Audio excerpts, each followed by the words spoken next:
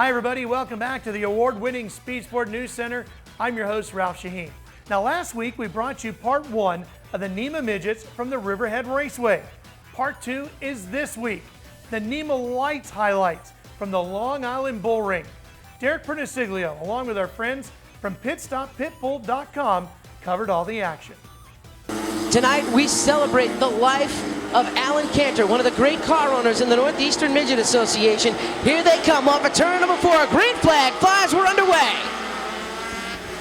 Going down into turn number 1, Joey Payne leads the charge off turn 2. Big breakaway from Paul Scally. Chambers slides into that 3rd spot. He gets blocked up by Scally, who holds on to the 2nd position. Here comes Randy Cabral on the bottom in the 35. Big battle for 2nd on back. Scally leading that line of Cabral, Chambers, and Cugini. Ryan Locke runs in the 6th position right now. Oh, contact out there in turn number 2. Paul Dangerous Scally gets turned around. The caution flag flies with 2 laps up on the board. Again, green flag flies. We are back underway. Here they come down the front straightaway, and Payne with the advantage one more time on the bottom. Big feeding frenzy behind him between Chambers, Cugini, and Chambers as they're going to try to go 3 wide. There goes Danny Cugini up on the top side, rim line on the high line around the speedway. Diving down into turn number 1, Chambers locks up the brakes hard. There goes his brother, Alan Chambers, underneath him. He'll move into the 3rd position going into turn 3. Single file back to the stripe. It will be Payne, Cugini, Chambers, and Cugini. That's your top 5. Ryan Locke sits just outside the top 5 in the 38 machine. That young driver, just 13 years of age. Randy Cabral working that top line of the speedway. Tries to go around to the outside of Cataldo. He'll make the move. Going to try to take Ryan Locke in the next corner. Looks like he'll go side by side with him down the front straightaway. No bids for position just yet in the top 5. The battle is deeper in the field, and keep an eye on that 35 of Randy Cabral because he is coming.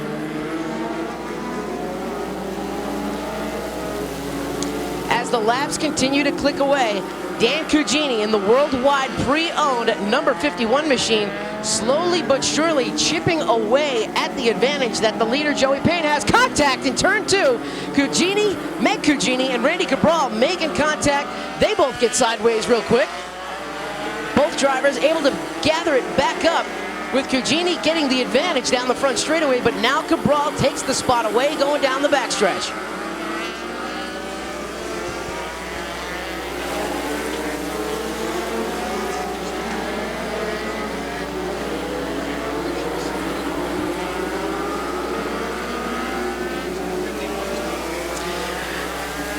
Bob Finan just said up in the booth, the 51 is coming, and that is very true. He is slowly but surely catching Joey Payne, and we've got one car with trouble now down on the apron. That's the 35 of Randy Cabral.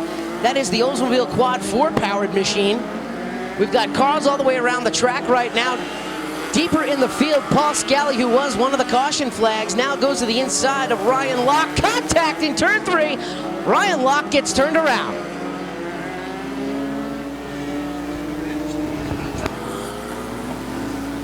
It's going to be Chamber Brothers in row number 2. They pick up the throttle out of turn number 4. Green flag flies. We're underway, and Dan Cugini hangs tough, and he overcooks it going in the corner, plows up the racetrack, and loses ground to Joey Payne. Chambers now tries to stick his nose in to move into that 2nd spot to get into the inside of Cugini. Bang, wheels going into the corner. You saw the blue smoke coming off the tires for just a split second.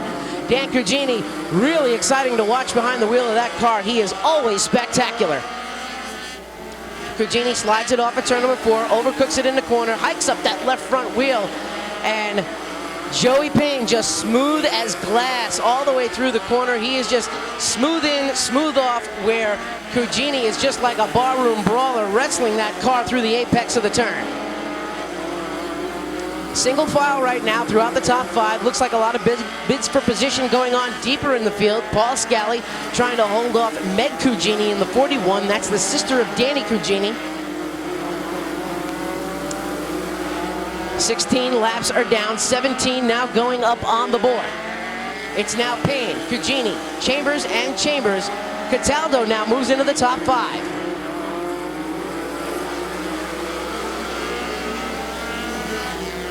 Good race for second place right now. Chambers in that number 12 machine, trying to get to the inside of Dan Cugini. White flag comes out, this time by Joey Payne. Makes history, becoming the first midget winner on Long Island since 1982. Oh, and caution going into turn number 1. 2 cars wreck as they come into the checker.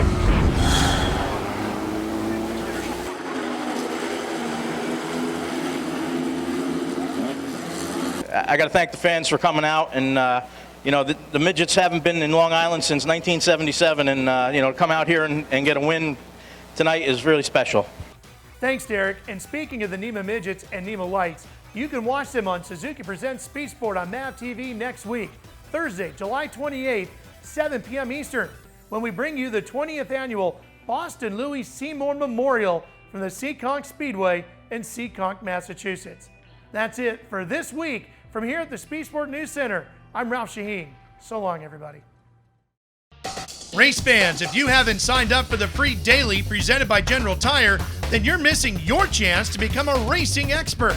Emailed to you each morning, this free source of motorsports news is a must for anyone who loves racing. From short tracks, pavement and dirt, to NASCAR and Formula One, and just about everything in between, the Daily has you covered. Conveniently sent directly to your inbox. Sign up free today at speedsport.com.